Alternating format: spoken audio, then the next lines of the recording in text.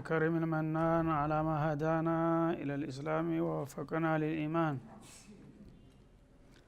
وأنزل هذا القرآن الكريم بالبرهان وأرسل لنا أفضل الرسل بأفصح اللسان فله الحمد والشكر على هذه النعم العظيمة والآلاء الجسيمة والصلاة والسلام على خير خلق الله وخاتم رسول الله الذي قال ما اجتمع قوم في بيت من بيوت الله يتلون كتاب الله ويتدارسونه فيما بينهم إلا نزلت عليهم السكينة وغشيتهم الرحمة وحفتهم الملائكة وذكرهم الله في من عنده وعلى آله وصحبه ومن اهتدى بهديه وبعد فإننا سنبدأ اليوم بترجمة وتوضيح معاني سورة البقرة المدنية فلنبدأ من هناك. أعوذ بالله من الشيطان الرجيم. بسم الله الرحمن الرحيم. ألف لام ميم.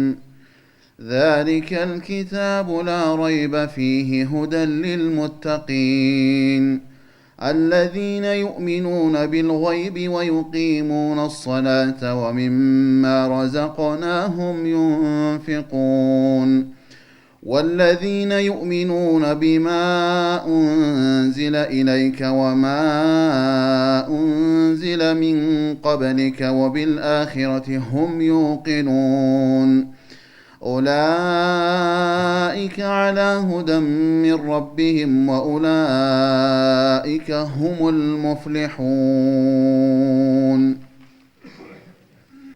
بسم الله الرحمن الرحيم. الجقر ربط ما زيبهان والله اسم جمر الله. سورة البقرة مدنية.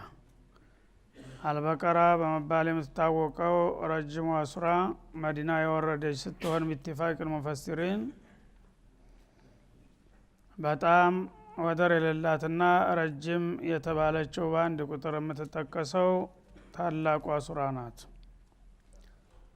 እና 286 አንቀጾችን ያካተተች ናት።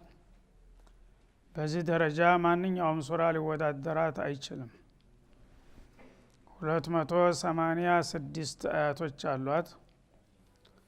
በርካታ የሆኑ ሸራዕ አልእስላም የእስላማዊ ድንጋጌዎችና ደንቦች መመሪያዎችና ትእዛዛት ክልክላት በብዛት የተካተቱት በዚህ ሱራ ውስጥ ነው እና ይህች ሱራ በጣም ብዙ ፈዳኢል ተናግረውላታል ረሱል አለይሂ ሰላቱ ወሰላም። ከነዛ በጥቂቱ አንዳንዶቹን ለማስታወስ ያህል لا تجعلوا بيوتكم قبورا فإن البيت الذي تقرأ فيه البقرة لا يدخله الشيطان. أبو هريرة እንደሚያወሩት كما في صحيح مسلم ቤቶቻችሁን እንደ መቃብር አድርጋችሁ አትያዟቸው፣ ቢያንስ በየዕለቱ ሱረቱል በቀራን ቅሩበት ብለውናል ይላል። ሱረቱል በቀራ የሚነበብበት ቤት ሸይጣን አይገባውም ወይም አይቀርበውም። እንዲሁም በተጨማሪ በእብነ መስዑድ በኩል እነ ሸይጣን የፊሩ من البيت الذي تقرأ فيه سورة البقرة ሱረቱል በቀራ የሚቀራበትን ቤት ሸይጣን ከሩቅ ይሸሸዋል። እንኳን ገብቶ ችግር ሊፈጥር ቀርቶ በአካባቢው እንኳን ዝር ማለት አይችልም ማለታቸው ነው። እንደውም አብዱላህ ኢብኑ ቡረይዳ ከአባታቸው ተቀበለው ባወሩት ሪዋያ سمعت النبي صلى الله عليه وآله وسلم يقول تعلموا سورة البقرة البقرة የተባለችውን ሱራ ተማሯት፣ ቃሏንም አጥኗት፣ መልእክቷንም ተረዷት፣ በስራም አውሏት። فإن أخذها بركة እሷን መያዝ መከታተል የአላህን ረድኤት ማግኘት ነው። ወተርከሃ ሐስራ እሷን ቸል ብሎ መተው ደግሞ ለኪሳራ መጋለጥ ነው ሲሉ ሰምቻቸዋለሁኝ። ወላ ተስተጢዑሃ አልባጧላ እንደውም እሷን ሁሉ ጊዜ በተከታታይ የሚቀራበትን ቤት ወይም ቤተሰብ ሳሃራዎች ሊተናኮሉት ቢሞክሩ ጭራሽ አይችሉም ለሲህር ፍቱን መድኃኒት ናት ብለዋል ማለት ነው። እና ከዚህም ሌላ በጣም በርካታ የሆኑ ሐዲሶች ወርደዋል። ስለዚህ በቀራን በቤታችን በተቻለ መጠን መቅራቱ ለደህንነታችን ራሱ ዋስትና ሰጭ መሆኗን ጭምር ነው የጠቀሱት አጅር ከማግኘትም ባሻገር ማለት ነው። እና ይህች ሱራ በጣም ረጅምና ሰፊ የሆኑ አህካም አልእስላምን ያካተተች ናት። በመግቢያውና በመጨረሻው አካባቢ በተለይ በአርካን አልእስላምና በአርካን አልኢማን ላይ ልዩ ትኩረት ትሰጣለች ማለት ነው። የእስላም ዋና እምብርቱና መሰረቱ አርካን አልኢማንና አርካን አልእስላም በመሆናቸው በመጀመሪያና በመጨረሻ አካባቢ በእነዚህ ነጥቦች ላይ ነው የምታተኩረው። ከዚያም የሰው ልጆችን በሶስት መደብ ትከፍላለች። ገና በመግቢያው የመጀመሪያዎቹ ሙተቂን የሚል የማዕረግ ስም ትሰጣቸውና በዚህ በተቅዋ የታነጹ ሰዎች በአላህ ዘንድ ያላቸውን ቦታና ወረታ ማዕረግና ክብር ትገልጽልናለች ማለት ነው። አሁን በተነበቡት አያቶች ሙተቂን እንግዲህ አላህን የፈሩና በፈቃዱ የተመሩ የሆኑት ምን ያህል አላህ Subhanahu Wa Ta'ala ከሰው ልጆች መካከል የመረጣቸውና ያበለጣቸው መሆኑን መስክራ በመጨረሻ ፈላህ የነሱ መሆኑን ፊዱንያ ወልአኺራ በዱንያም ያማረና የሰመረ ጤናማ ህይወት ጌታቸው ጋራ የተስማማ የሚመሩ እነሱ እንደሆኑና በመጪው ዓለም ደግሞ ከሚፈሩት ሁሉ ህፍረትና ውርደት ዲነው ለዘላለም ጽድቅና ክብር የሚበቁ እነሱ ብቻ መሆናቸውን ታረጋግጣለች። ከዛ ቀጥሎ ሁለተኛውን ቡድን ደግሞ በቀጣዮቹ ሁለት አያቶች እነለዚነ ከፈሩ ከሚለው አንስቶ ወለሁም አዛቡን ዐዚም የሚለው ድረስ ግልጽ የሆኑትን ከሃዲዎች ማንነታቸውን ከጠቆመችና ታስተዋወቀች በኋላ እነሱ ደግሞ የዘላለም ውርደትና ቅሌት እንደሚጠብቃቸው ታረጋግጣለች።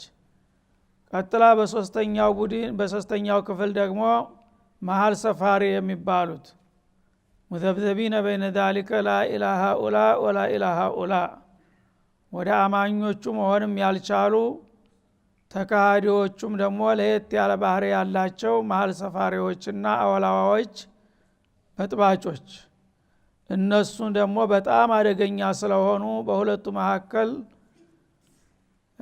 ችግር የሚፈጥሩ በመሆናቸው በተለይ ሙእሚኖቹ እነዚህን ክፍሎች በሚገባ አውቀው እንዲጠነቀቋቸው የተለያዩ ባህሪያትና ገጽታቸውን ለማሳየት በ13 አንቀጽ ታስተዋውቃቸዋለች ማለት ነው።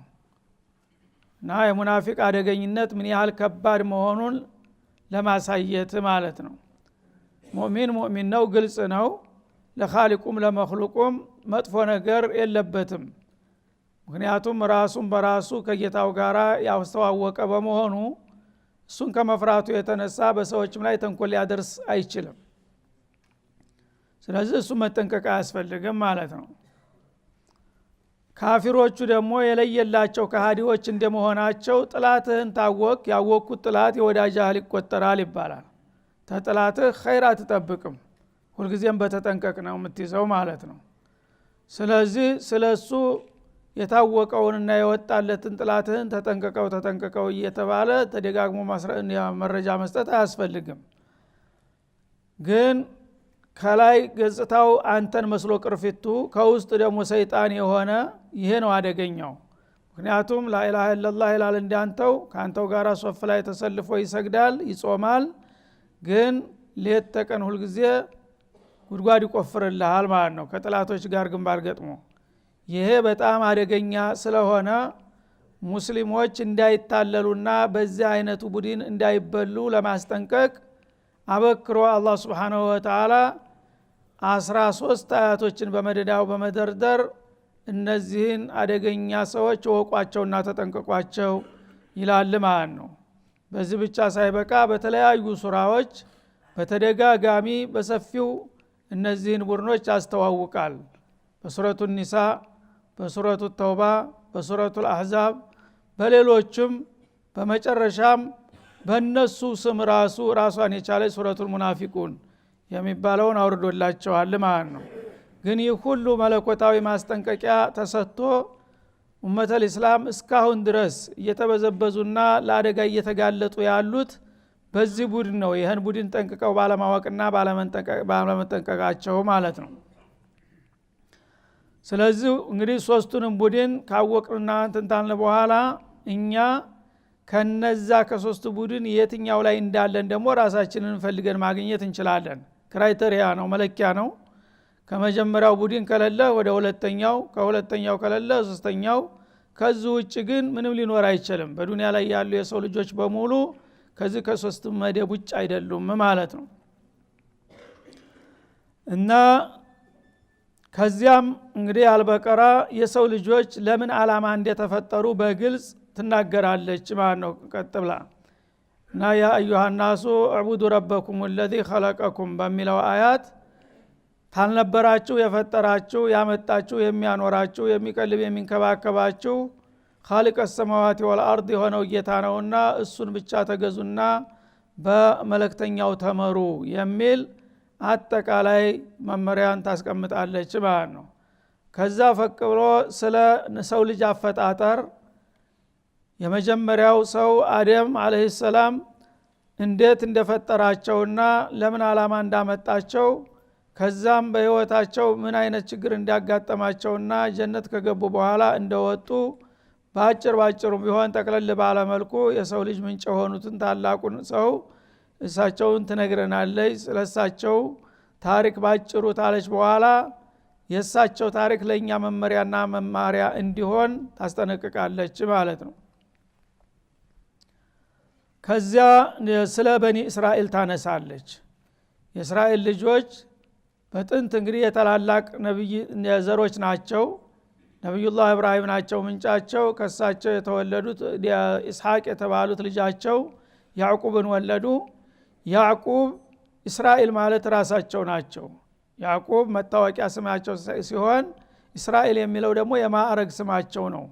አብዱላህ ወይም አብዱራህማን እንደማለት ይሆናል በአረበኛ ሲተረጎም ማለት ነው። እና የዚህ የታላቅ ነብይ እንግዲህ የያዕቁብ ዘር የሆነ ሁሉ እስካሁን ድረስ በኒ እስራኤል በመባል ይታወቃል። እነዚህ በኒ እስራኤል በጣም ረጅም የሆነ ታሪክ ስላላቸው እነዚህ ሰዎች ትናንት እንዴት እንደነበሩ ዛሬ እንዴት እንደተቀየሩ በማስተዋወቅና በማስጠንቀቅ አላህ Subhanahu Wa Ta'ala ስለነሱ ብዙ እንድናውቅ ያደርገናል ማለት ነው። ከዚያ በኋላ እንዲሁ እየቀጠለ ይሄዳል። የዚህ የበኒ እስራኤሎች ታሪክ በተለያየ ክፍለ ዘመንና በተለያየ ሀገር የተጫወቱትን ሚና በኸይሩም በሸሩም ትጠቅስልናለች። ከዚያ በኋላ በአጠቃላይ እንግዲህ አልበቀራ የሰው ልጆችን ህይወት ዘርፍ ሁሉ የተመለከተች በመሆኗ እነዚህን ሰዎች ካወቅንና ተጠነቀቅን በኋላ ደግሞ ወደ ራሳችን ትመልሰናለች ማለት ነው። የበኒ እስራኤል ቂሷ 1/3 የሚቃረብ ያህል ይሸፍናል። አብዛኛው በእነሱ ላይ ነው የሚያተኩረው ማለት ነው፣ የተለያየ ዘርፍ ያለው ስለሆነ። ከዛ ስለ ሶላት አህምያነት ትናገራለች ማለት ነው በመግቢያውም እንደተጠቀሰው። ከዛም አያይዛ ስለ ዘካት፣ ከዛም ስለ ጾም፣ ስለ ሀጅ እንግዲህ አርካኑል ኢስላም የተባሉትን ልዩ ትኩረት እየሰጠች በተለያዩ አያቶች ትዳስሳቸዋለች ማለት ነው። አልፎም ስለ ሀጅ እንደገና ወደ ማህበራዊ ህይወት በመግባት ስለ ጋብቻ ታወሳለች፣ ስለ ፍች፣ ስለ ረጃዓ ታነሳለች፣ ስለ ጦላቅ፣ ስለ ዒዳም ታነሳለች፣ ስለ ተርቢየተል አውላድም ሳይቀር ማለት ነው። እነዚህን ሁሉ ካደረገ በኋላ እንደገና ወደ ታሪክ በመመለስ ደግሞ የተለያዩ የታሪክ ዘርፎችን ትዳስሳለች እና እነዚህን ሁሉ ነገሮች ያካተተች ናት። እንግዲህ ጓላጓላ ያሉትን ዋና ዋናዎቹን ለምሳሌ ለመጥቀስ ያህል ነው እንጂ ዘርዘር ከተባለ ራሱ አንቀጾቿ ብዙ ነገሮች እንዳካተቱ ነው የሚያሳየን። ስለዚህ በውስጧ የተለያዩ ባህሪያቶች ያሏቸው ደግሞ አያቶችን አቅፋለች። አንደኛ አየተል ኩርሲ የምትባለው አዕዘሙ አየትን ፊ ኪታቢላህ በቁርአን ውስጥ ወደር የሌላት ብቸኛ ልዩ የሆነችውን አያት በውስጧ ትገኝባታለች ማለት ነው። እሷ በጣም ረጅም ሱራ በመባል እንደተታወቀች በደረጃ ደግሞ ከአያቱ ሁሉ ከ6236 አያት ሁሉ የመጨረሻ የበለጠችው አየተል ኩርሲ በውስጧ ትገኛለች ማለት ነው። እንደገና ደግሞ የቁርአን መደምደሚያ ወይም ማጠቃለያ የምትባለው ወተቁ የውመን ቱርጀዑነ ፊህ የምትባለው አያ በውስጧ ትገኝባታለች።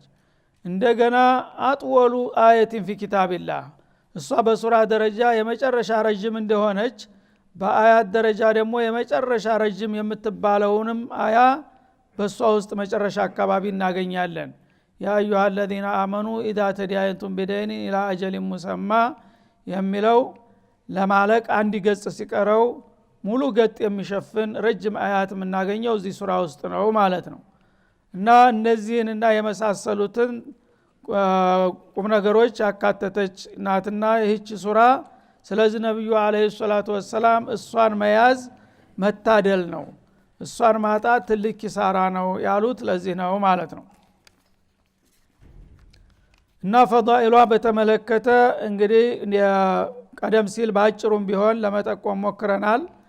አንድ ለየት ያለ ነገር የተናገሩት ነብዩ አለይሂ ሰላቱ ወሰላም እሺ እንደገና ቆየት ብለን ይሆናል ይሄ አሁን ያው እንመለሳለን ወደ እንትኑ አዑዙ ቢላሂ السميع العليم من الشيطان الرجيم بسم الله الرحمن الرحيم እጅግሩ በጣም አዛይ በሆነው አላህ ስም እንጀምራለን። አሊፍ ላም ሚም አላሁ አዕለሙ ቢሙራዲሂ ቢዛሊክ። አላህ ሱብሓነሁ ወተዓላ ቁርአንን በሁለት መልክ እንዲያወረደው ይናገራል። በተዚህ ቀጥሎ በምትመጣው ሱረቱ አሊ ኢምራን ላይ በግልጽ እንዲያስቀመጠው ማለት ነው። እና ምንድነው ፊሃ አያቱ ሙህከማቱን ሁነ ኡሙል ኪታብ ወኡኸሩ ሙተሻቢሃት። ቁርአን ሲባል አብዛኛው ክፍል አያቱ ሙህከማት ግልጽ የሆነ ማንኛውንም አረበኛ ቋንቋ የሚያቅሰው በቀላሉ መልእክቱ ሊገባው የሚችል ግልጽ የሆነ መልእክት ያዘሉ አንቀጾችን በስፋት የያዘ መሆኑን ሲገልጥ፣ እንደገና ወኡኸሩ ሙተሻቢሃት በቁርአን ውስጥ መልእክታቸው ግልጽ ያልሆኑ የተወሰኑ ቃላቶች ይገኛሉ፣ ወይም አሻሚ የሆነ ሐሳብ ያላቸው ማለት ነው። በዚህ መልክ ተከፈለ በኋላ ሙህከም የሆኑትን ግልጽ የሆኑትን ሁነ ኡሙል ኪታብ ይላል። የኪታቡ ዋና መሰረቱ ያ ግልጽ የሆኑት አያቶች ናቸው። ግልጽ የሆኑት አያቶች በቂ መልእክትን አስተላልፈዋል። ስለ ዲነል ኢስላም በተለያየ መልክ በፍሩዕም ሆነ በኡሱል በግልጽ አያቶች ተገልጿል ማለት ነው። አንዳንድ ሐሳባቸው ግልጽ ያልሆኑ አያቶች ታሉ። እነዚያ ቢታወቁም ባይታወቁም ግልጽ ከሆነው አያት የተለየ ሐሳብ የላቸውም ይላል። ግልጽ የሆነው አያት ሁሉንም መልእክቱን አጠቃሏል። እነዚህኞቹ ቢታወቁ ኑሮ እዛው ግልጽ አያት ጋራ ያለውን ሐሳብ የሚያጠናክሩ ነው እንጂ የሚሆኑት ከዛ የተለየ አዲስ ሐሳብ እንደሌለባቸው ይገልጽልናል ማለት ነው።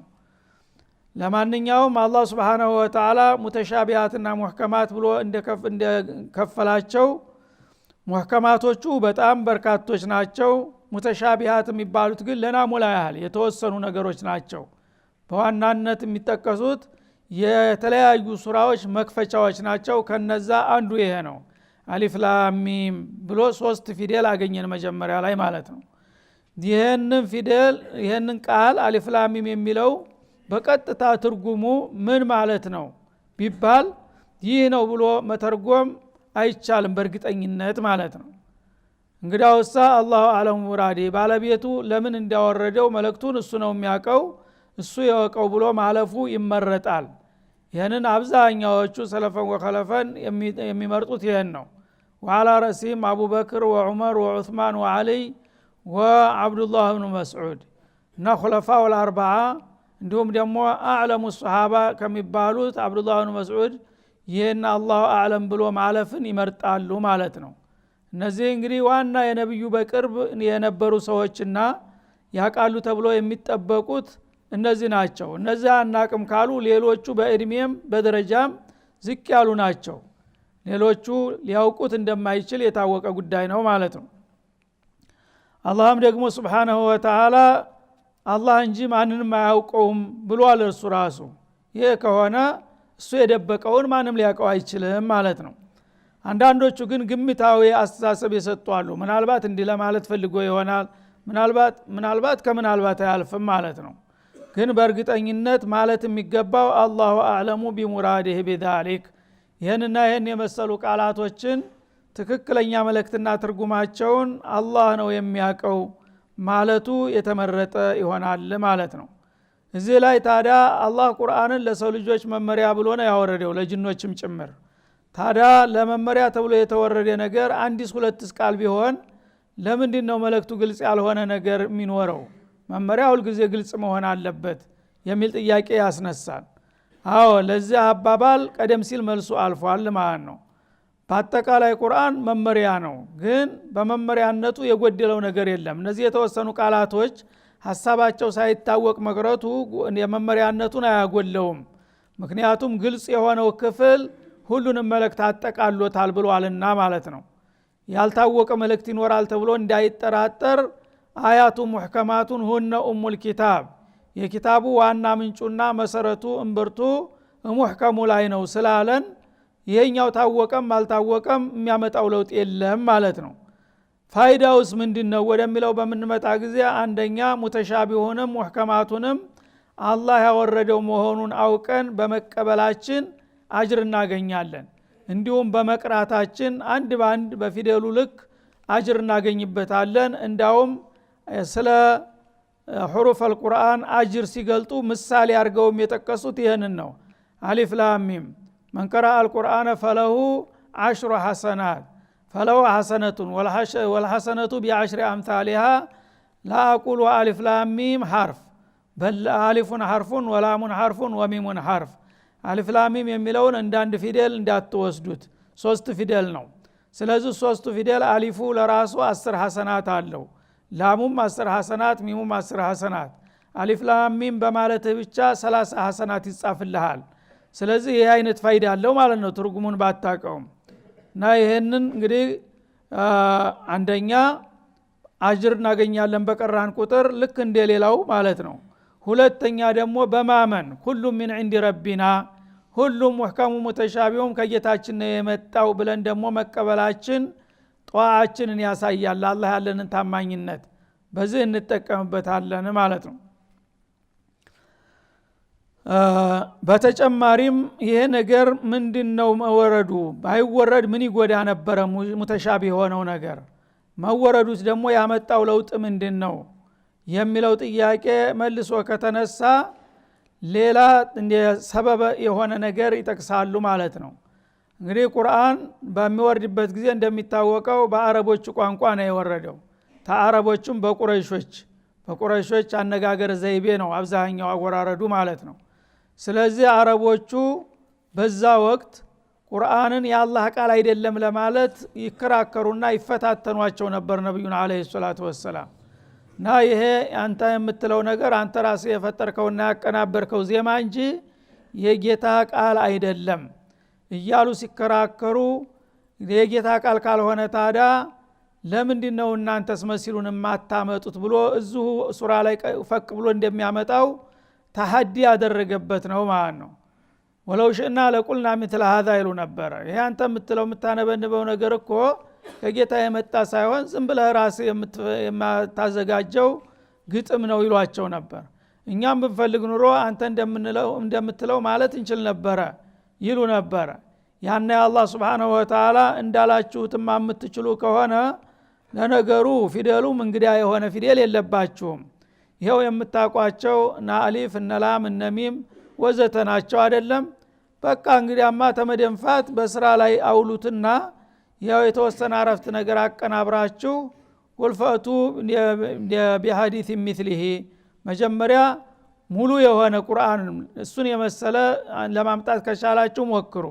ከዛ ይሄን ካልቻላችሁ ደግሞ ቢአሽሪ ሱወሪን 10 ምዕራፍ አንጡ ካልቻላችሁ ደግሞ ቢሱረት ሚስሊህ አንድ ምዕራፍ እንኳን እስቲያምጡና ተወዳደሩት በማለት ለማፋጠጥና እነሱን ለማጋለጥ የተጠቀመበት ዘዴ ነው ይላሉ ማለት ነው።